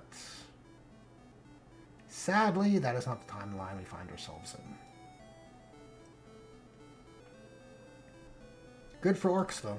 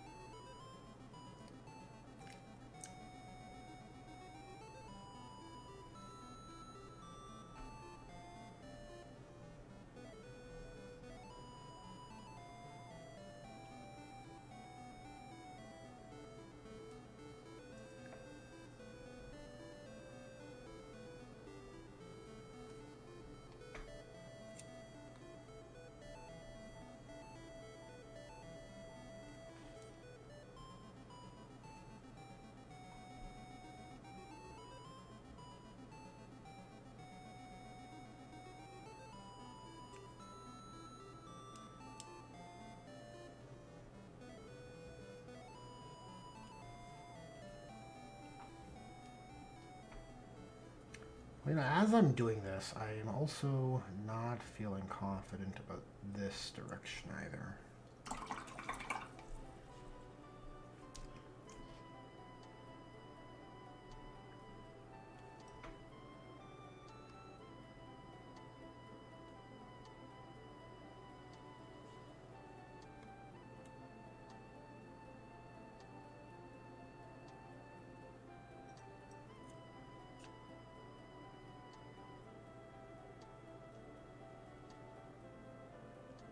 Maybe that richer blue, that's the main color on the front leg, maybe that should be the edge color.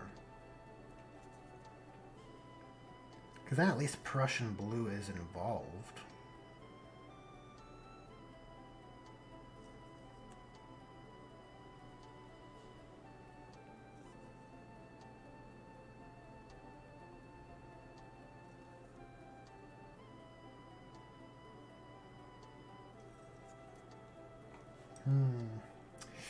Well, I haven't felt this mixed.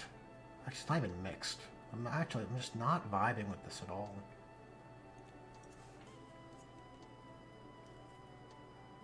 Right? Like I look at him without looking at his legs, and I think it's the beginnings of a Crimson Fist guy. And I look at the bottom half, and I'm like, not really. I feel like it's moving towards Ultramarines.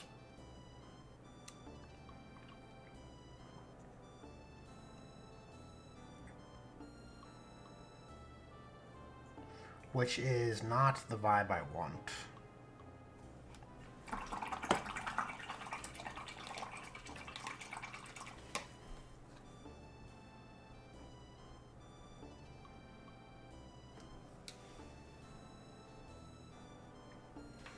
Pollux says that hint of purple is what I'm missing from newer pictures I see of them. Everyone on the internet seems to just paint them like they are loyalist Night Lords. Ah, the dark blue.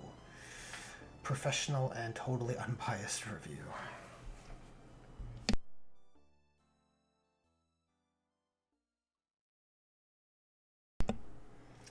Yes, well, we're gonna go back to the Prussian blue base. I think that is the right starting point. I would like to make it work, right? Because I don't dislike that purple undertone either, as I'm sure I've made fairly clear through my rambles, my painting rambles.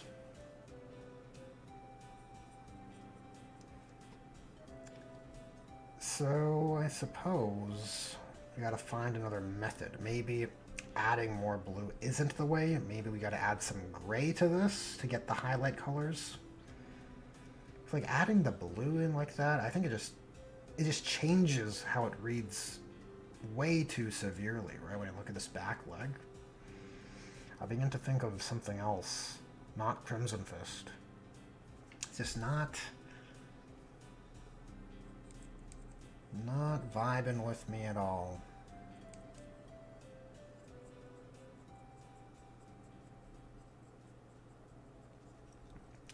So we will overwrite it. Get that paint bucket tool and fill it all.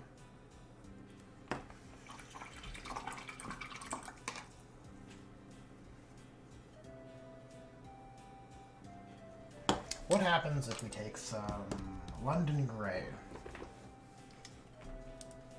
No, it's it's a fairly medium gray, but I think it's considerably lighter than the Prussian blue.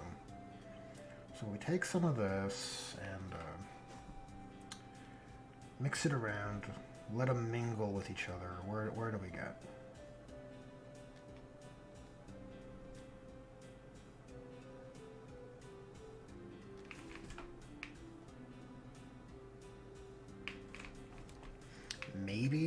Maybe this will yield?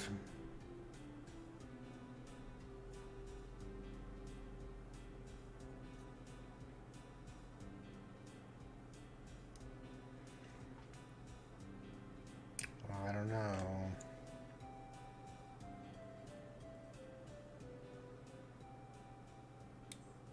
Well, maybe. I have to see how it dries, because it is mostly Prussian blue still.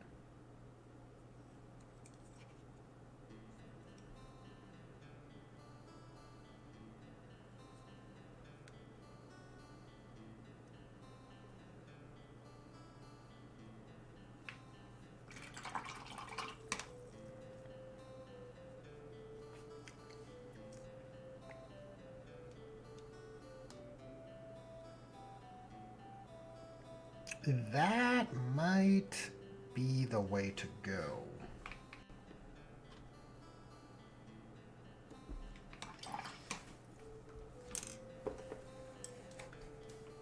I'm going to explore this direction. Ew, gross.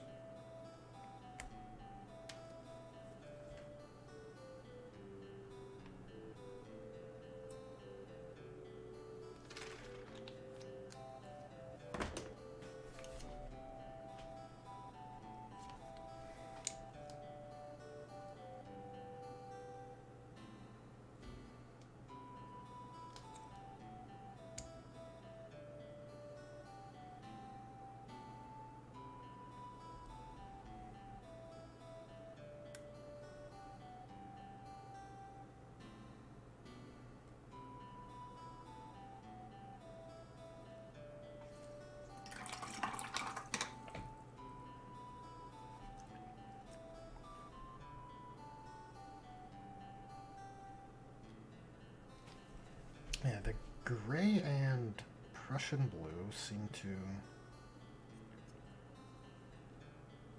We're, compared to adding a Hollis blue or a Laytalk, we're not adding any other variance in the hue, so I guess we're staying true to that. We're increasing the value, but not deviating from the hue of the Prussian blue base color. Which I think looks better than the same sort of effect on this leg that we're getting. With the Laytalk highlights, or that might actually be Hoeth blue there.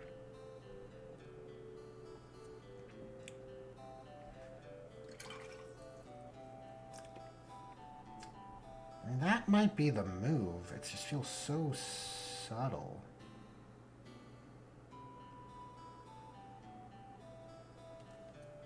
But maybe that's what you want.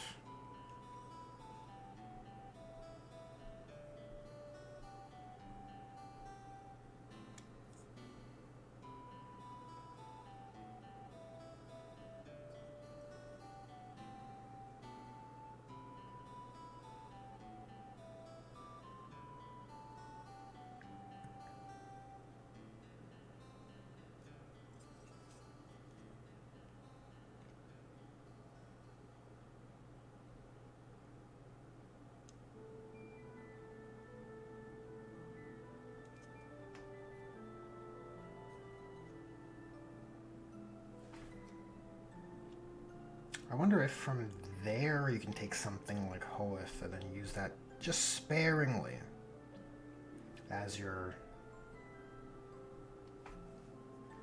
brightest highlight color for, you know, corners and chips.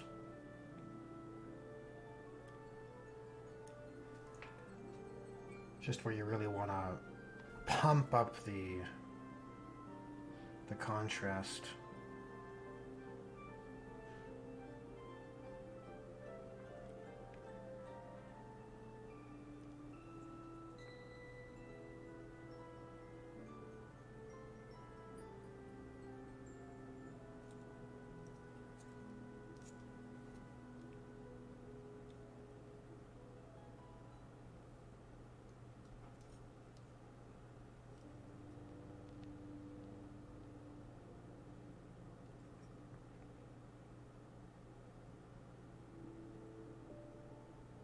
You know, the corners of armor would be a bit brighter.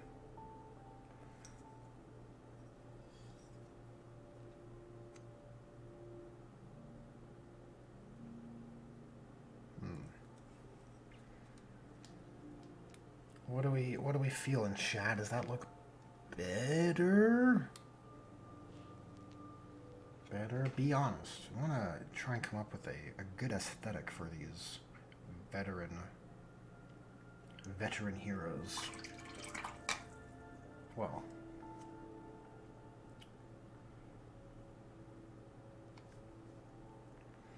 veteran survivors, anyways.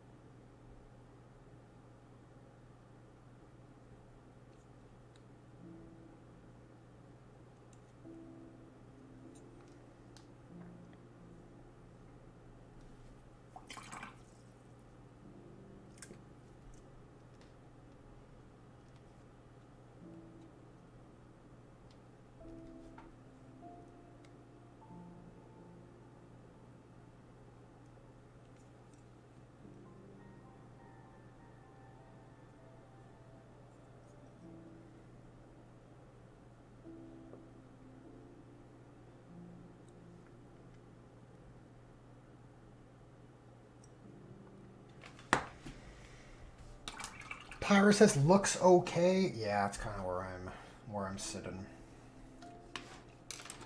Maybe it's best to reevaluate with fresh eyes on the next one. Okay, well, chat, I don't want this to turn to a long stream. It is a little busier as we approach the holiday season. But I did miss a heap of detachments, so I figure I should close out looking at one last one. Close out looking at one more. And I'm open to suggestions as to what you guys recommend. Could be a demon one, could be scions. Scions could be interesting. I haven't actually looked at them at all. So I don't know what the word on the street is.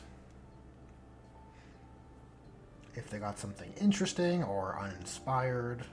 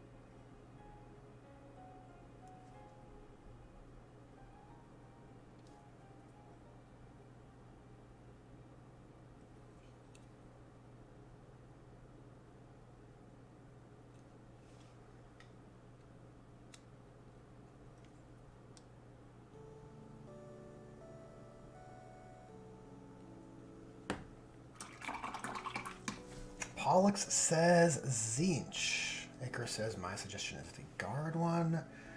Pyres should do a poll. Hey, we could do a poll. But how many people are in chat? Is it worth doing a poll? If the stream is small, I don't know how much value we get out of a poll. We'll try. Maybe we should use more stream tools, right?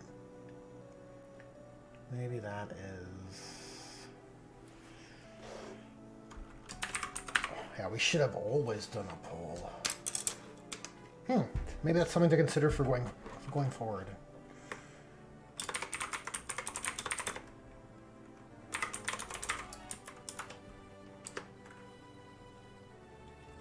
Okay, what's missing? We got Zinch. We got Nurgle.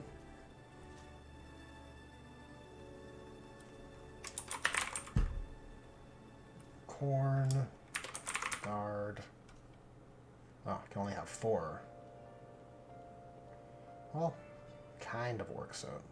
If we do 2 a day, and GW doesn't keep releasing 4, we should be alright.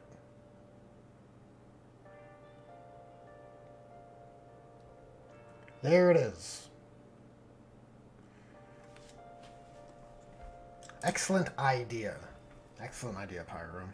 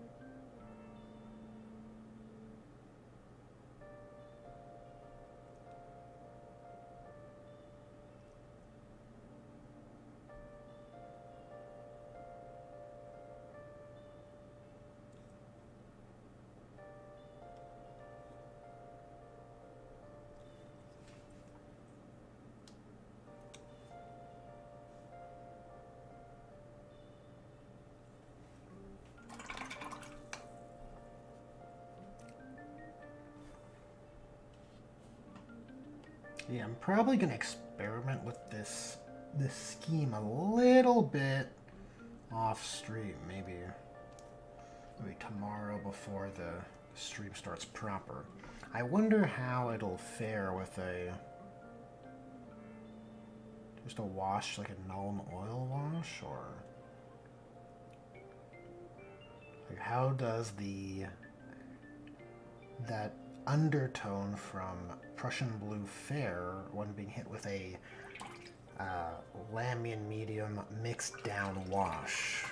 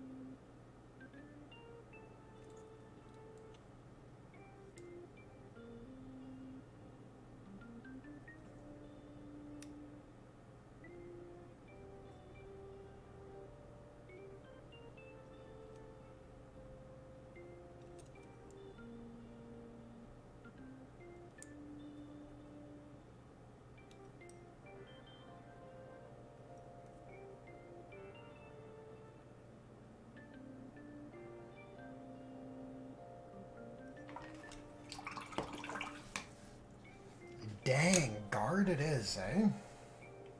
Okay then. No love for Nurgle Accord. Interesting. Okay. We'll close out the stream looking at the guard detachment then.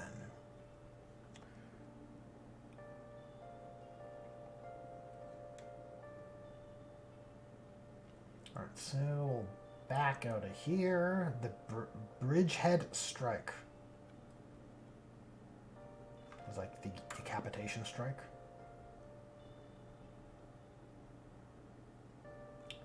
I'm assuming this is the one. Astra Militarum launch rapid offenses. Their attack routes are typically planned well in advance. Should a crucial bridge, mountain pass, supply depot, or other essential landmark lie along their path, an elite force may be tasked to secure it ahead of the main push. The elite warriors of the Tempestus Scions, or the equivalent specialist companies like the Kane Kasserkin, most often undertake such missions. Ah, very cool.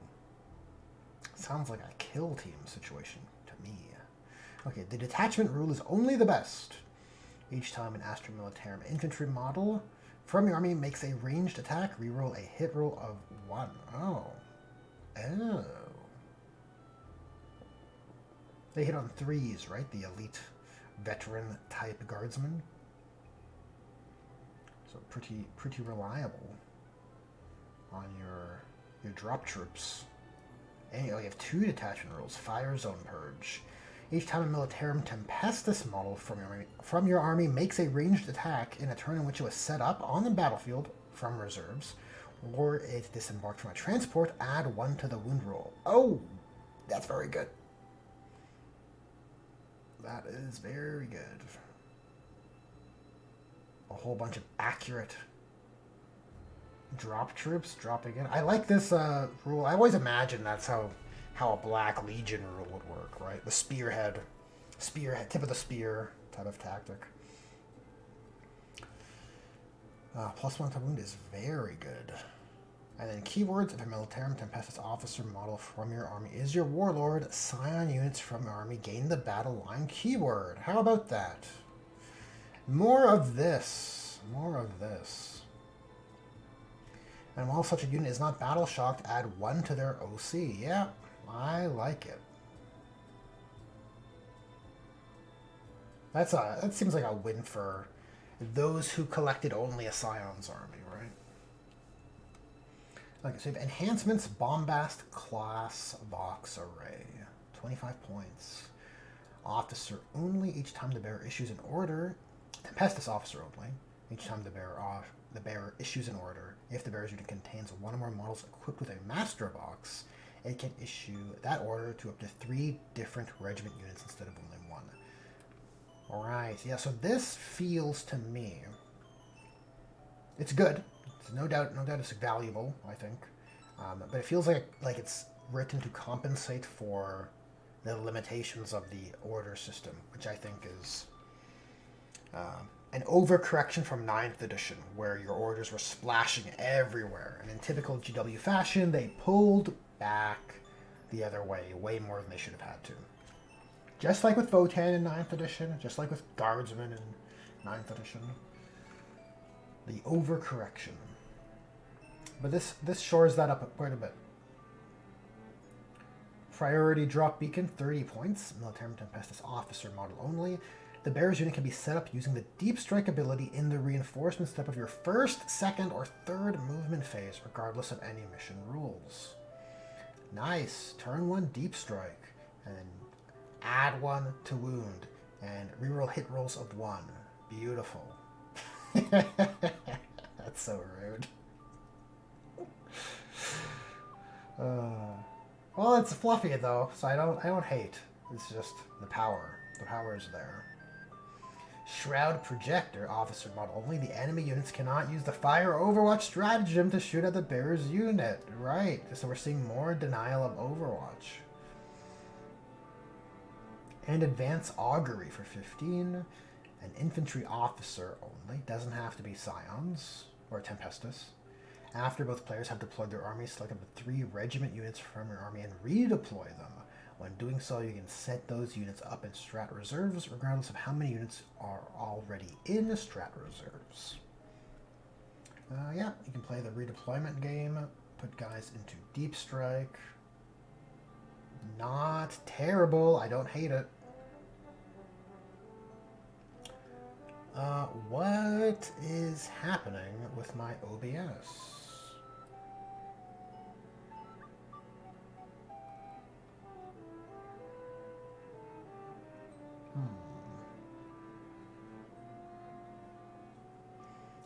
It's too late. It's too late, Zinch fans. Unfortunately, I can't stick around forever. Okay. At the end of that poll. Yeah, I don't dislike any of these. They're all useful. Which one do you not take is the question. Oh, I guess maybe this one. I don't know. First turn Deep Strike is attractive. Super attractive. But I like redeploying. I like...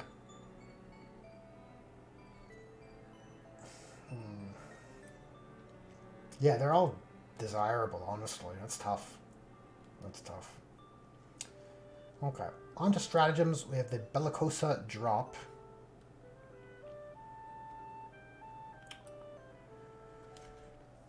In the reinforcement step of your movement phase, you choose an infantry unit from your army that is in reserves or has Deep Strike. Until the end of the phase, when your unit is set up on the battlefield using the Deep Strike ability, it can be set up anywhere in the battlefield that is 6 inches or more. Yeah, useful for dropping onto key spots, stealing objectives, all of that. Firing hot in your shooting phase. A Tempestus or Kasrkin unit from your army that has not been selected to shoot this phase. Until the end of the phase, improve the strength and armor penetration characteristics of Hotshot Las Carbines, Hotshot Las Guns, Hotshot Las Pistols, Hotshot Marksman, right? All the Hotshot, basically. Increased AP and strength by 1. I'm assuming that pushes the strength 4 AP -1 or -2, possibly. Either way, AP modifications are big value. So I don't think that's bad at all. Fire and relocate. You choose an Astra Militarum unit in your army on your shooting phase, and you can shoot in a turn in which you advanced. Fire and relocate. Sounds like it should be a move, shoot, move type ability, but it's not.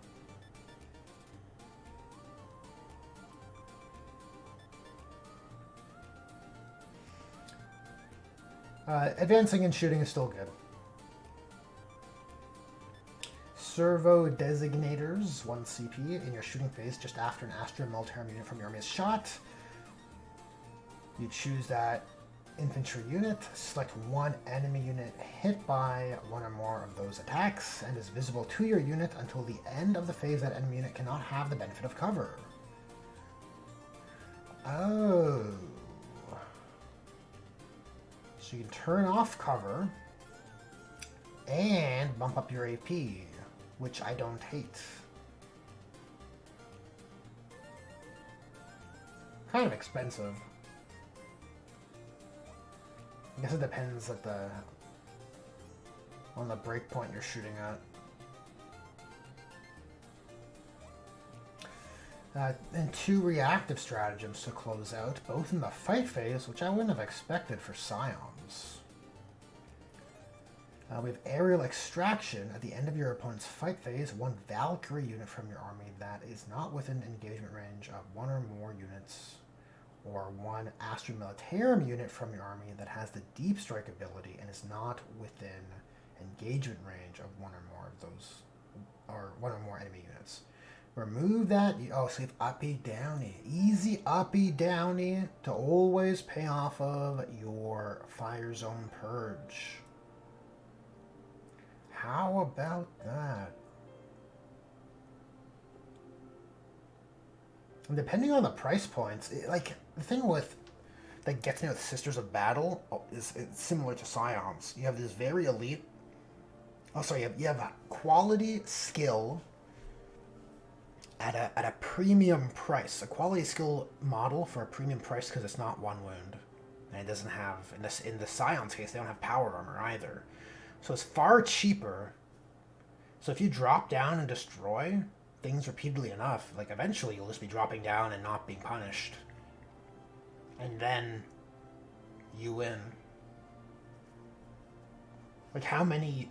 It has to be fairly cheap, I would imagine. Like points-wise, fairly cheap to just have lots of these max Scions, max Caster,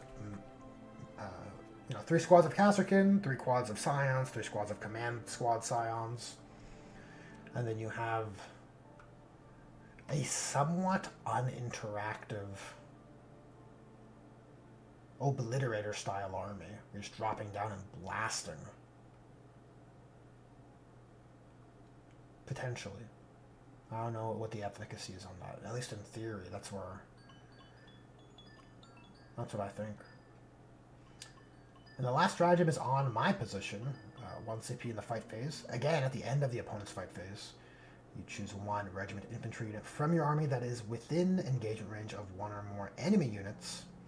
Roll 1d6 for each enemy unit within engagement range of your unit. On a 2+, that enemy unit suffers d6 mortal wounds.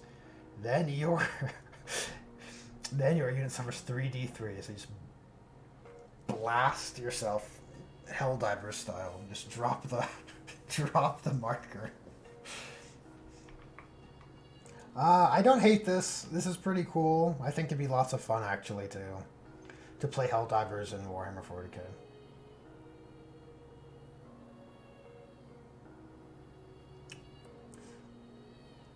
That is where my head goes.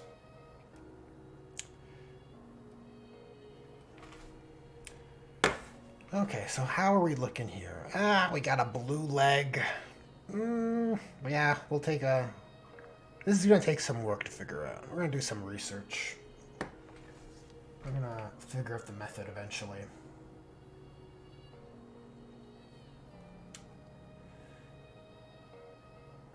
Pollock says the 5G enhancement. Yeah. Goblin, welcome to the stream. Unfortunately, I just saw your message, and I'm just wrapping up now. Pyro says, nice Night Lord blue leg. Yeah, not loving that. It is kind of Night Lordy. Like, it's a similar color space for Crimson Fist and Night Lords, but... I don't know. Maybe you just gotta go with the default GW colors. Maybe Prussian blue as a base won't work. Goblin says I'm working on Stormcast tonight. Nice. I look at the Stormcast on my desk fondly. I will return to painting them at some point. At some point. However, my time is up. My time is up. Anyways, guys, if you made it to the end of the stream, you are the real hobby heroes. Thanks again to everyone who joined and shared in the hobby camaraderie, who liked the stream, subscribed, all that good algorithm stuff. Special thanks to Pyro for the generous super chat. And I will catch you guys on the next one.